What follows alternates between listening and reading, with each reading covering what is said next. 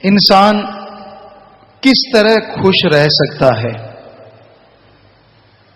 इंसान इस घोर कलयुग में यहां ठगी है, बेईमानी है, भ्रष्टाचार है, रिश्ते नातों का बुरा हाल है, यहां हाथ को हाथ खाए जा रहा है, यहां लोग बात बात पे गुमराह हो रहे हैं, यहां मन गुरु बना हुआ है, यहां मनमते लोगों का टोला खिलवाड़ कर रहा है।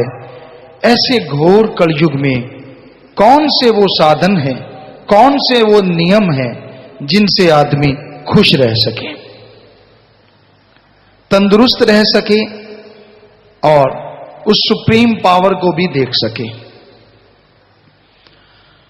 तो सबसे पहला साधन जिससे बाकी साधन निकलते हैं वो साधन है सत्संग में चल के आओ। सत्संग में आओगे, बैठोगे, सुनोगे तो आगे का ज्ञान होगा। सत्संग में आने से मालूम पड़ता है कि हमारी जिंदगी में हम क्या कर रहे थे और क्या हकीकत में है। सत्संग आके सुनो, पता चलता है करने वाले कार्य कौन से हैं और नहीं करने वाले कौन से हैं। सबसे पहले ओम हरि अल्लाह वाहिगुरु राम का नाम लो। क्यों लेना चाहिए नाम?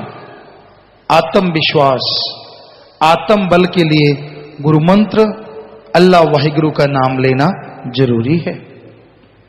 क्योंकि जब तक इंसान के अंदर आत्म बल नहीं होगा, बात बात पे गुस्सा, बात कोई सहन नहीं होगी, गाली गलौज, उससे किसी का नाश नहीं होता, खुद का नाश होता है। दूसरों को देख देख के जलते रहना, इसने कपड़े अच्छे क्यों पहने, ये रब का नाम क्यों लेता है, अच्छा खाने पीने क्यों लग गया, ये बर्बाद क्यों नहीं होता, ये बीमार क्यों नहीं होता, इसकी खेती बंजर क्यों नहीं होती, इसकी दुकान में आग क्यों नहीं लगती। बस ये क्यों और क्या के चक्कर में आदमी का बुरा हाल है, बुरा हाल। तो ये भावनाएं तभी आती हैं जब आत्मिक कमजोरी होती है। जब आप अंदर से कमजोर हैं तो ऐसी भावनाएं प्रबल हो जाती हैं, फिर आप उनमें डूबते चले जाते हैं, डूबते चले जाते हैं, खुशियां गायब हो जाती हैं, खुशियां किराए की उधार हो जाती हैं। जो मन के हाथों खुश होते हैं देर खुश नहीं रहते, क्योंकि मन का काम ही जीव को तड़फाना, भरमाना, भटकाना होता है। मन के गुलाम ना बनो। गुलाम तो मालिक ने आपको बनाया ही नहीं, खुद मुख्तियार बनाया, आजाद। पर आज बहुत गुलाम हैं आत्मिक कमजोरी की वजह से। चंद नोटों के लिए दूसरों को गाली गलौच देते हैं, चंद नोटों के लिए आदमी आदमी को मार रहा है, चंद नोटों के लिए आदमी आदमी को गुमराह करके ठगी मार लेता है, बेईमानी करता है, भ्रष्टाचार। वैसे हिंदी में जितने भी ऑफिसर हैं, जितने भी लोग हैं, उनके आगे लिखा होता है सेवा। हमारे ख्याल में, यहां तक हमें आता ख्याल में, तो अगर हिंदी में उनका अनुवाद करें तो उनमें सेवा, समाज सेवा मेनली उनका मतलब होता है। लेकिन आज समाज सेवा तो बड़ी गायब हो गई। आज तो जेब सेवा करो तो सेवा ले लो, अगर जेब सेवा नहीं तो समाज सेवा नहीं। ठगी है, बेईमानी है, भ्रष्टाचार है, चारों तरफ फैला हुआ। तो ऐसे भ्रष्ट समाज में, ऐसे भ्रष्ट समय में आत्मिक कमजोरी का आ जाना और भी लाचार कर देता है। आदमी इनमें डूबता है, गम चिंता परेशानियों में रोता रहता है, तड़पता रहता है, व्याकुल रहता है। तो इन सबसे बचने के लिए आपको आत्मविश्वास बढ़ाना होगा, ताकि किसी की कही गई बात आप पे असर ना करे।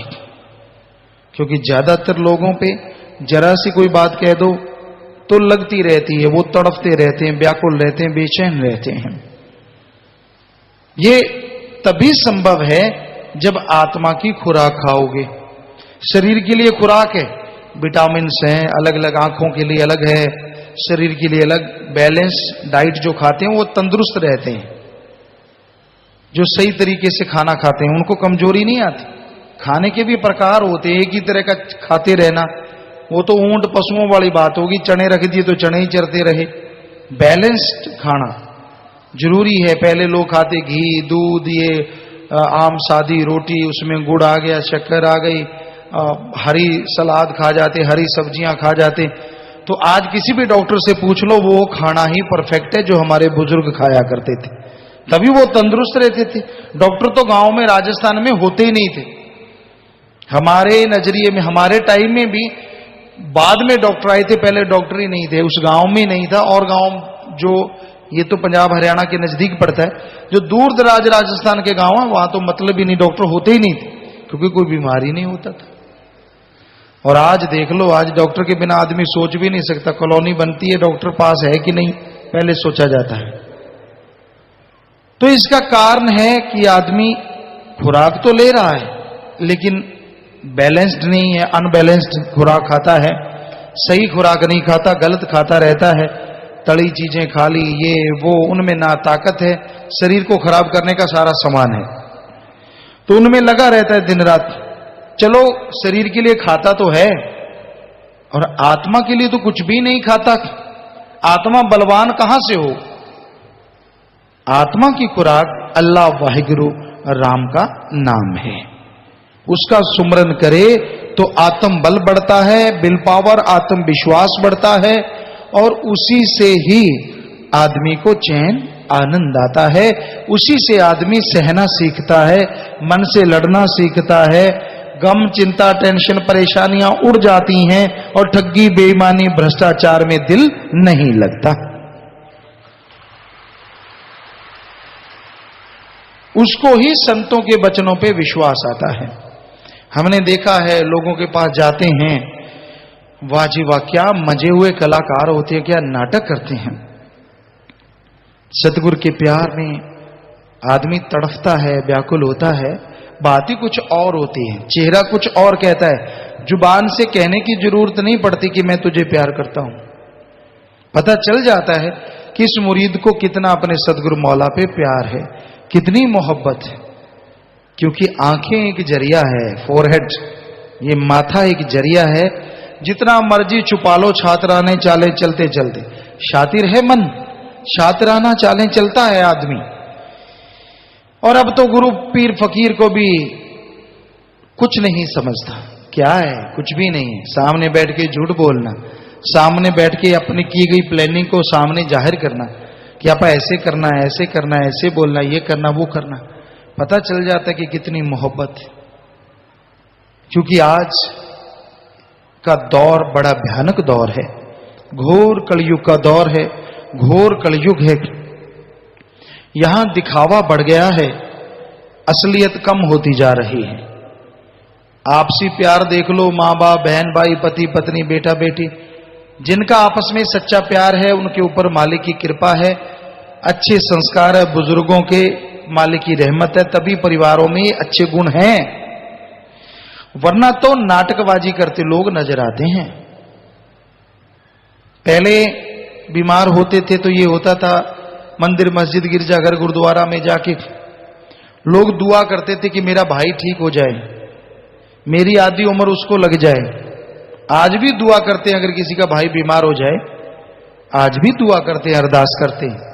लेकिन आज शब्द बदल गए हैं। आज क्या कहते हैं? हे मालिक, मेरा भाई बीमार है, बहुत दुखी है, बहुत परेशान है, उसको जल्दी बुला ले ताकि उसका हिस्सा मुझे आ जाए।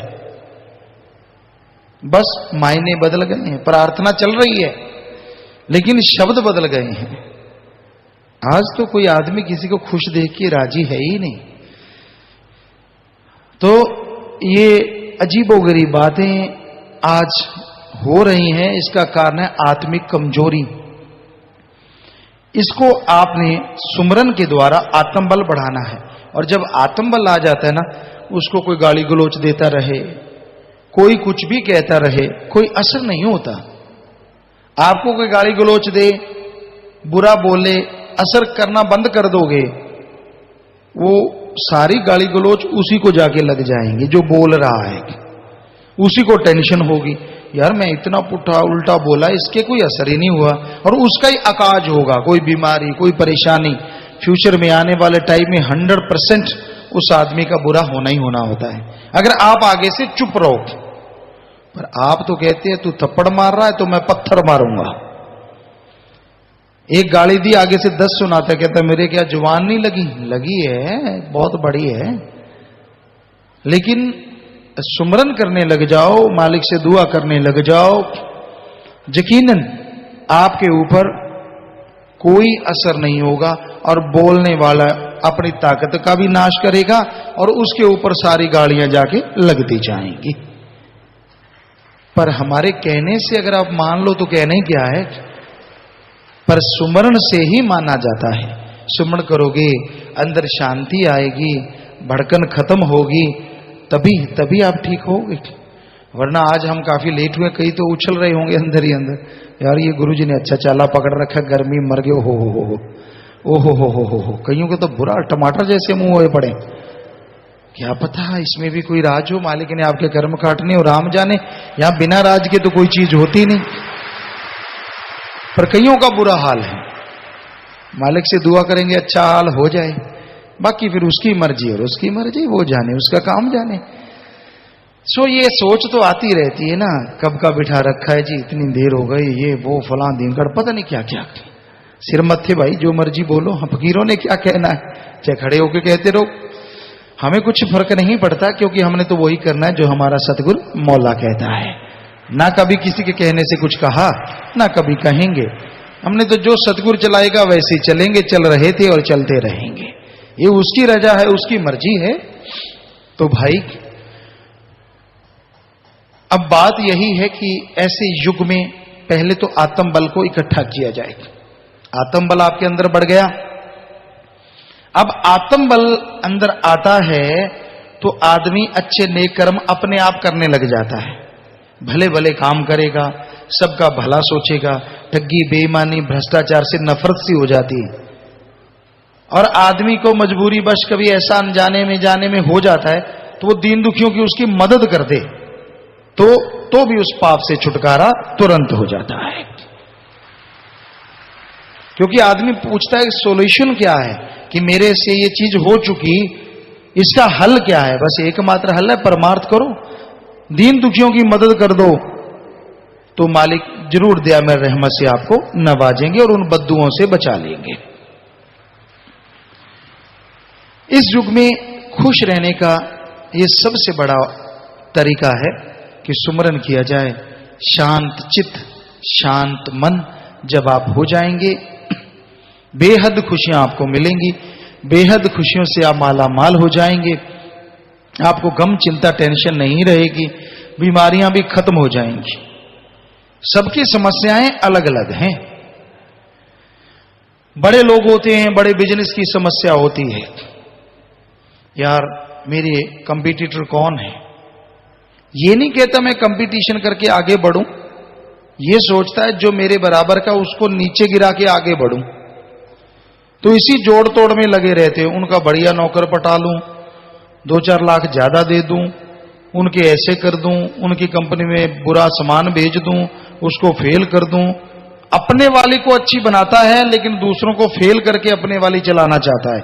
लोगों की बड़े पैमाने पे ये टेंशन है। फिर मिडिल क्लास है, उनको होता है ये मेरे बराबर, अच्छा इसने घर बना लिया, अच्छा इतना बड़ा घर बना लिया, मैं कौन सा कम हूं, चाहे सारी जमीन बेचनी पड़ जाए। गांव में देखा है, घर के चक्कर में ही चक्कर पड़ जाता है। तो उनकी टेंशनें ये हो जाती हैं, पड़ोसी के पास ये क्यों, उनकी फसल अच्छी क्यों, उनकी दुकान अच्छी क्यों चल रही है, मेरी क्यों खराब चल रही है। उनकी छोड़ दे, तेरी खराब चल रही है, इस पे कंसंट्रेट कर, ध्यान दे कि मेरी खराब क्यों चल रही है और उसमें कमियां निकाल के दूर कर, सुमरन कर, मेहनत कर, तेरी भी दुकान अच्छी चले। लेकिन ज्यादा ध्यान दूसरों की तरफ है, इसकी अच्छी चल रही है, उसकी अच्छी, उसकी अच्छी, उसकी अच्छी। तो फिर आती है छोटा स्केल आ जाता है, वहां बेचारे रोटी के लाले पड़े रहते हैं, रोटी खानी है, शाम को ना उसका आटा आएगा कि नहीं, इतना सामान मिल पाएगा कि नहीं, कपड़े मिलेंगे कि नहीं, छोटा मोटा झुग्गी झोंपड़ी बनेगी कि नहीं, उसमें रहेंगे कैसे कैसे कैसे, उनकी ये टेंशनें हैं। और जो बिल्कुल फ्री हो जाते हैं, दुनियादारी से फ्री हो गए, छोड़ दिया, बिन त्यागी तपस्वी कहते हैं, तो उनकी टेंशनें क्या हो सकती हैं? आप खुद सोच लीजिए सात्संग जी, क्या हो सकती हैं? वैसे तो होनी ही नहीं चाहिए, ऊंट की पूंछ की तरह है, वो भी मुंडी हुई पूंछ, क्योंकि कोई झगड़ा जमेला नहीं। जब सारे परिवार को अलविदा कह दिया, समाज को सेवा के लिए अपना सारी जिंदगी सौंप दी, तो उनके मन की टेंशन बड़ी होती है। मन जालिम, तरह तरह के ख्याल, आपस में 4, 5, 10 त्यागी तपस्वी बैठे हैं तो एक दूसरे की नोक झोंक, तेरा कपड़ा ये क्यों, तेरी रोटी में ये क्यों, मेरी में मिर्च में ये क्यों, तेरा कमरा ऐसा, मेरा कमरा वैसा, तेरा धिंकड़ मेरा इंकड़, सारा दिन यही चक्कर चलता रहता है। बेचारों की टेंशन देखो कैसी है। सो अपनी अपनी टेंशनें हैं। और जो त्यागी तपस्वी हो ही गया, फिर चक्कर किस बात का? फिर मन अपने आप को लानत देता, क्यों बना, मैंने कौन सा तब सोचा था, ओहो अकल तो अब आई। ये नहीं पता कि तब सही था, अब मन रगड़ा चढ़ा रहा है, अब डांग चढ़ा रखी है मन ने, जो उछलता कूदता फिर रहा है। तो मतलब हर किसी की समाज में टेंशनें हैं। संतों को सारे समाज की टेंशन लगी रहती है, दोनों जहान की। वैसे उस तरह की टेंशन नहीं होती जिससे उनका शरीर बर्बाद हो जाए, बस वो सबकी चिंता में मालिक से दुआएं करते रहते, मालिक तेरा फलां आदमी, फलां दुनिया, फलां एरिया बिगड़ रहा है, हे मालिक रहमत कर दे, हे मेरे दाता रहमत कर, तेरे ही औलाद है, तेरे ही आदमी है, कोई क्षेत्र, कोई एरिया, पूरे वर्ल्ड में कहीं कुछ होने वाला हो, मालिक से दुआ करते हैं। ये संतों के लिए होता है, इतना बड़ा स्केल, दोनों जहान में सारी त्रिलोकियों के लिए दुआएं करते रहते हैं अपने सतगुरु मौला से। पर वो टेंशन नहीं होती, वो उसमें एक ड्यूटी होती है और उसमें परमानंद छुपा होता है। टेंशन कहते हैं जिसमें दुख आए, परेशानी आए, मुसीबतें आए, आदमी चिंताग्रस्त हो, बुरा हाल हो जाता है विचारों का, बहुत बुरा हाल। तो ऐसे समाज में ये टेंशनों का घर है ये दुनिया। सिवाय संतों के वो परमानंद लूटते हैं, वो तो सारे समाज का, मालिक की औलाद का भला मांगते हैं, उसी का फिक्र होता है, और उनका वो फिक्र उन्हें मालिक के नूरी स्वरूप से हमेशा मिलाता रहता है। क्योंकि कोई समाज का भला करे तो सही, फिर देखो कितना नजारा आता है, कितना मजा आता है। टोकने वाले बहुत मिलेंगे, रोकने वाले बहुत मिलेंगे, बहुत मिलेंगे रास्ते में अड़चन पैदा करने वाले, लेकिन जिसका मालिक अल्लाह वाहिगुरु राम होता है, वो किसी भी अड़चन की कोई परवाह ना करता है और ना कभी करेगा। और मालिक उसका बाजू ऐसा पकड़ता है, इस जहान तो क्या अगले जहान में भी नहीं छोड़ता, कोई कमी नहीं आने देता। कुछ देर हो सकता है ऊपर नीचे हो जाए, लेकिन ना अंदर कमी आए ना बाहर कमी आए।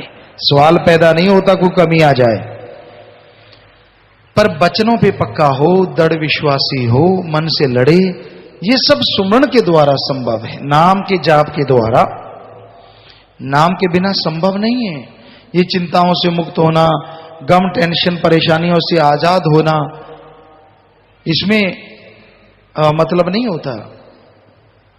आदमी सुमन करे, सेवा करे।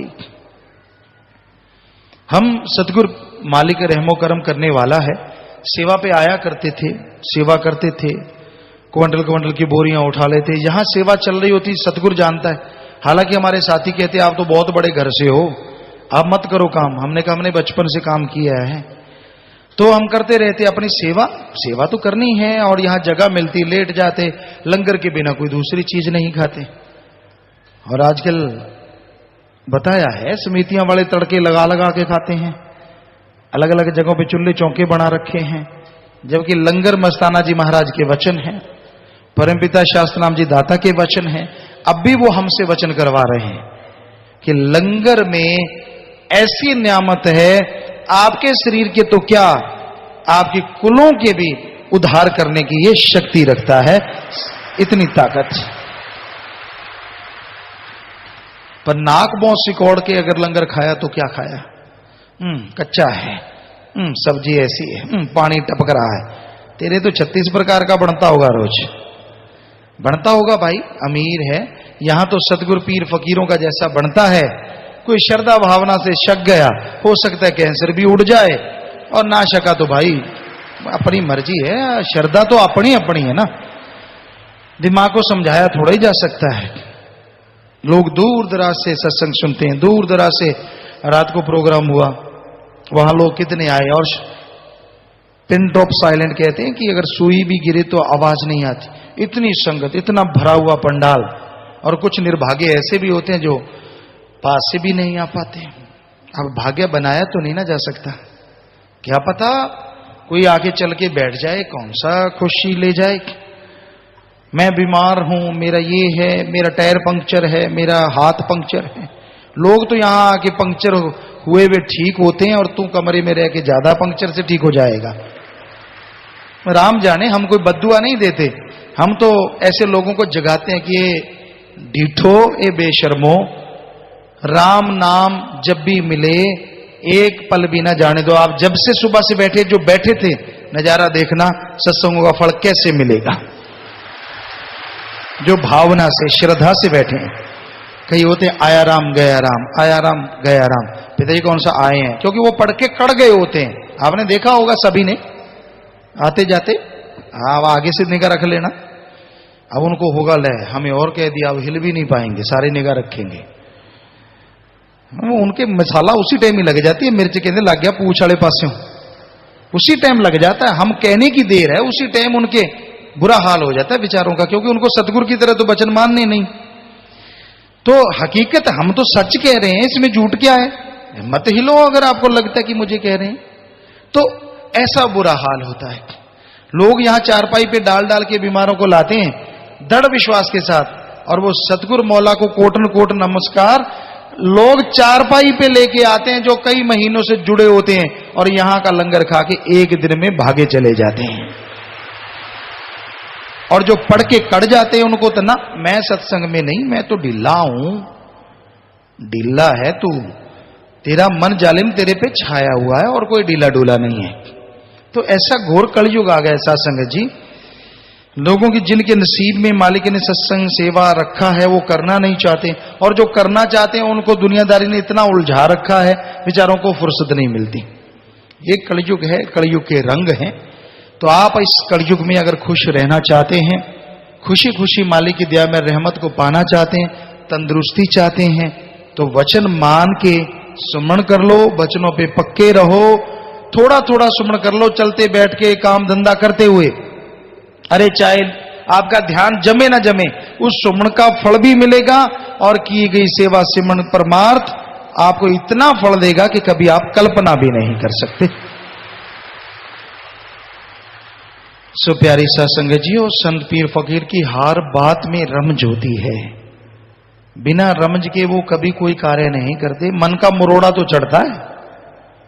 एक बार कोई बुढ़िया आई तो बेपरवाजी फरमाते, भाई 1 लावे 10 पावे, कोई किसी बीमार का इलाज करावे, कोई दीन दुखियों की मदद करे तो 1 का 10 मिले। उसने बेचारी ने सत्संग सुना और देखा भाई कोई गरीब है बेचारा, भूखा मर रहा है। 1 रुपया उस समय बड़ी कीमत होती थी। 1 रुपए का खाना वगैरह खिला दिया। 8, 10, 20 लोग जितने भी थे। तो अब शाम का समय हो गया, अगले दिन उसने जाना था।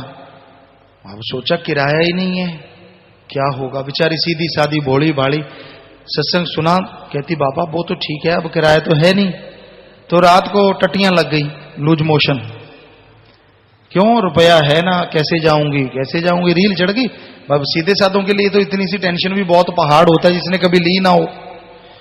अब टट्टियां लग गई, जाए मरोड़ा फिर वापस आ जाए, जाए मरोड़ा फिर वापस आ जाए। निहात होगी, पानी पुनी पी के सो गई जैसे तैसे। सुबह उठी तो नाम लिया मालका तेरा ही आसरा, जाप किया और हाथ मारा, कड़कड़ाता 10 का नोट हाथ में आ गया है, 10 रुपए। तो कहने लगी बाबा 1 के 10 मिलते तो हैं, पर मिलते मुरोड़े लगा के हैं। तो ये सच्ची बात है। बाकी सत्संग का फल मिलता तो है, पर कईयों को कितने मुरोड़े लगे होंगे। ओहो गर्मी लगी, ओहो फलाना हो गया, त्योंकड़ हो गया, की 10 तेन हो गया। जो हल जोड़े होंगे फिर पशु बना के बच गया, इंसान बन गया, मालिक ने रहमत कर दी, आदमी बन गया, बैठा बैठा भजन सुन रहा है, सतगुरु के वचन सुन रहा है, वो भी वचन है, वो एक भजन के रूप में है। क्या हो गया, कहीं बैठे बैठे बातें लग जाते हैं, पिताजी तो आए नहीं, ऐसा था, तेरा कैसा था, मेरा ऐसा था, कोई बात नहीं बूत नहीं, बिना वजह टाइम पास। तो सत्संग सुन के टाइम पास करो, फिर देखो कैसा नजारा, टाइम बेशकीमती बन जाएगा, अनमोल बन जाएगा। तो जिन्होंने माने होंगे वचन, उनका तो बन गया अनमोल। अब जो शूफू वाले मालिक रहमत उन पे भी करेगा, क्योंकि बैठे तो हैं जस तस, जैसे भी तैसे भी। अब बद्दुआ तो आपको भी नहीं, फल तो आपको भी मिलना है, पर पूरा तो आप समझिए, अब ज्यादा क्या कहें। ये भी कोई ना कोई राज होता है, उसको क्यों किंतु परंतु या इधर उधर नहीं लगाना चाहिए, कई लगाते रहते हैं। खरड़ ज्ञानी, आता जाता कुछ होता नहीं, लोगों को ज्ञान सुनाते हैं, खुद कुछ नहीं आता, कुछ भी पता नहीं होता, ना कभी रूहानी स्वरूप के दर्शन किए, ना कभी मालिक को बिना वजह मैनू पता है, ऐसे है, मैनू पता, आए बड़े चढ़ चढ़ के बातें मारते हैं, और पता खुद का नहीं है, भी तू नरकों में जा रहा है, बातें कर करके, किसी की निंदा कर करके, किसी को बुरा कह कह के बर्बाद हो रहा है।